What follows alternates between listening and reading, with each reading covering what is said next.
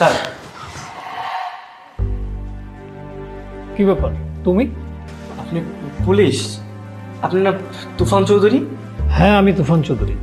I am also তুফান চৌধুরী রনি। তুমি এখানে কেন এসছো? বুঝতে পেরেছি, বসো। স্যার, স্যার আপনি তো আমার ছেলেকে চিনেন স্যার। ওরে স্যার পা দিতেছেন, ও হারাই গেছে স্যার। সেটা তো ভালো কথা, তোমার সাথে এটাই হওয়া উচিত।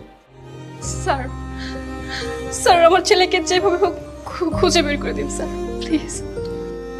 তোমাদের বয়স কত? স্যার, বেশি 22 বছর হবে। তাহলে বিয়ে করেছো কত বছর বয়সে? 14-15 বছর বয়সে বিয়ে করতে।